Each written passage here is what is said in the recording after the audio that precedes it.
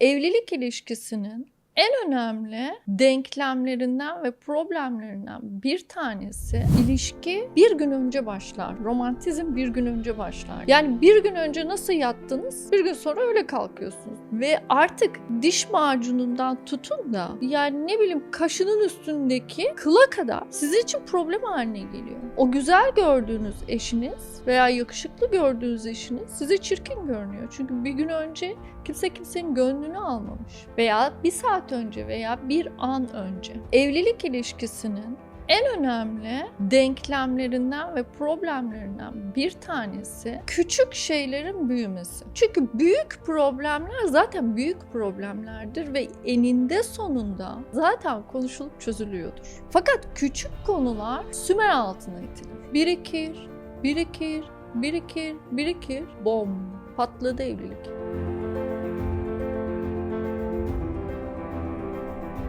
Hocam limon mu sirke mi?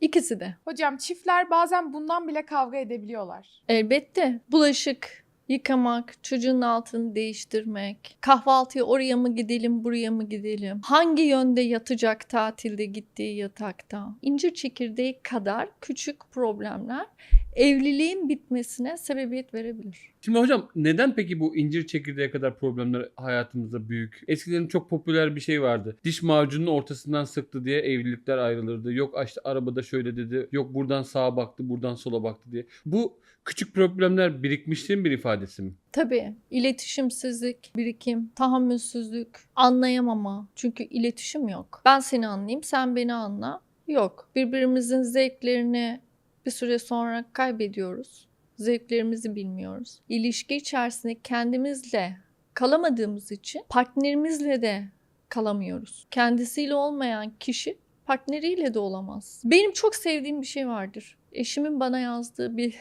tartışma sonrası yazdığı bir mektup, anekdotu bu. İlişki bir gün önce başlar diye, romantizm bir gün önce başlar diye çok önemli bir mesajdı o. Yani bir gün önce nasıl yattınız, bir gün sonra öyle kalkıyorsunuz. Doğru mu? Güne de öyle kalkıyorsunuz, başlıyorsunuz. Çünkü eğer gazlı yattıysanız geçmiyor bu. Ve artık diş macunundan tutun da yani ne bileyim kaşının üstündeki kıla kadar sizin için problem haline geliyor. O güzel gördüğünüz eşiniz veya yakışıklı gördüğünüz eşiniz size çirkin görünüyor. Çünkü bir gün önce kimse kimsenin gönlünü almamış. Veya bir saat önce veya bir an önce. Evlilik ilişkisinin en önemli denklemlerinden ve problemlerinden bir tanesi küçük şeylerin büyümesi. Çünkü büyük problemler zaten büyük problemlerdir ve eninde sonunda iki partnerle ya da aile büyükleriyle ya da bir danışmanla ya da bir avukatla zaten konuşulup çözülüyordur. Fakat küçük konular sümer altına itilir. Birikir,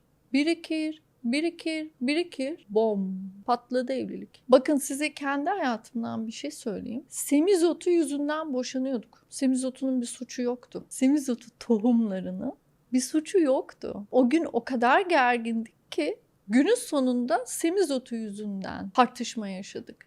Yani bunu yaşamayan bir tane de evli çift yoktur bu arada. Küçük şeyleri oturup konuşmak gerekiyor. Problemi ertelememeliyiz. Problem anlık gelişir, anlık oluşur. Hemen verileri alt alta sırala. Bak bu bir problem. Bu problemin temel verileri bunlar. Çocuğa alışveriş yapılması gerekiyor. Bu benim için büyük problem. Belirsizlik yaşamaktan hoşlanmıyorum. Annene gitmek istemiyorum. Bu hafta sonu kahvaltıya gitmek istemiyorum hanım. Evde oturmak istiyorum. Ayağımı uzatıp yatmak istiyorum. Peki bu problemler, bak küçük problemler bunlar. Problem çıkmasın diye öbür tarafa at. Ertele, ertele, ertele. Bir iş yükü gibi düşün bunu. Günün sonunda işin içinden çıkamayacağın bir iş listesi var. Problem listesi var. Ve o gün patlama. Bir küçücük bir konuşma, tavır, davranış, hareket, söz, bir film sahnesi, bir şarkı, her şey patlatabilir bir evliliği. Demek ki o bardağa taşıran son damlaya gelmeden Evet, önce. çok önemli. Bardağı sürekli boşaltacaksınız. Kokmayacak bardağın içindeki su. Bu tartışmalardan nasıl kaçınacağız peki? Tartışmadan kaçınmak evliliği bitirir. Tartışmasız evlilik olamaz. Çünkü insan beyni sorun sırasında gelişiyor, değil mi? Sen bir sorun yaşarsın, bir problem yaşarsın. Beynin bir anda çözüm üretmeye başlar.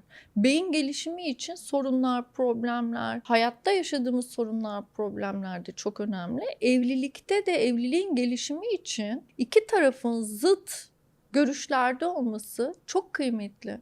Ben hep diyorum ki zaten aynı fikirdeyseniz problem var. Çünkü bir gün aynı fikirde olmayacaksınız. Niye? Çünkü aynı insan değilsiniz. Nasıl aynı fikirde olabilirsiniz? Sen ayrı bir bireysin. O ayrı. Bir kere cinsiyet farkınız var. Nasıl aynı olacaksınız? Hayata karşı bakış açısı.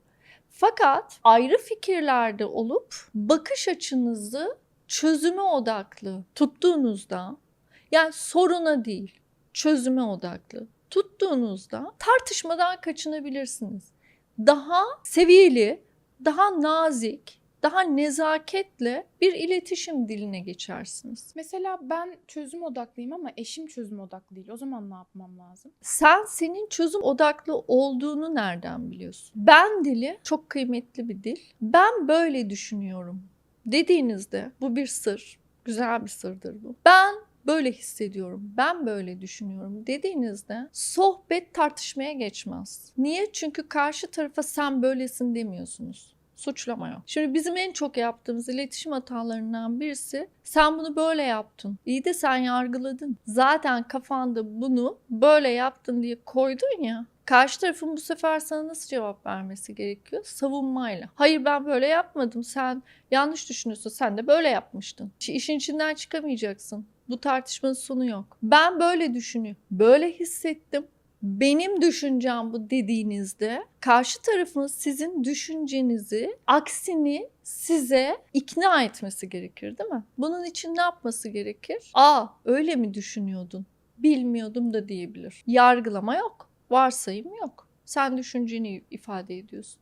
Yani günün sonunda evliliğin temel problemlerinden yine nereye geliyoruz? İletişim. Konuşun ya. Konuşun. Konuşmak bu kadar zor olamaz. İki insan konuşabilir. Konuşamadığınız bir evlilik yaşıyorsanız, eğer iki insan birbiriyle gerçekten konuşamıyorsa, hakikaten orada desteğe ihtiyacınız var demektir.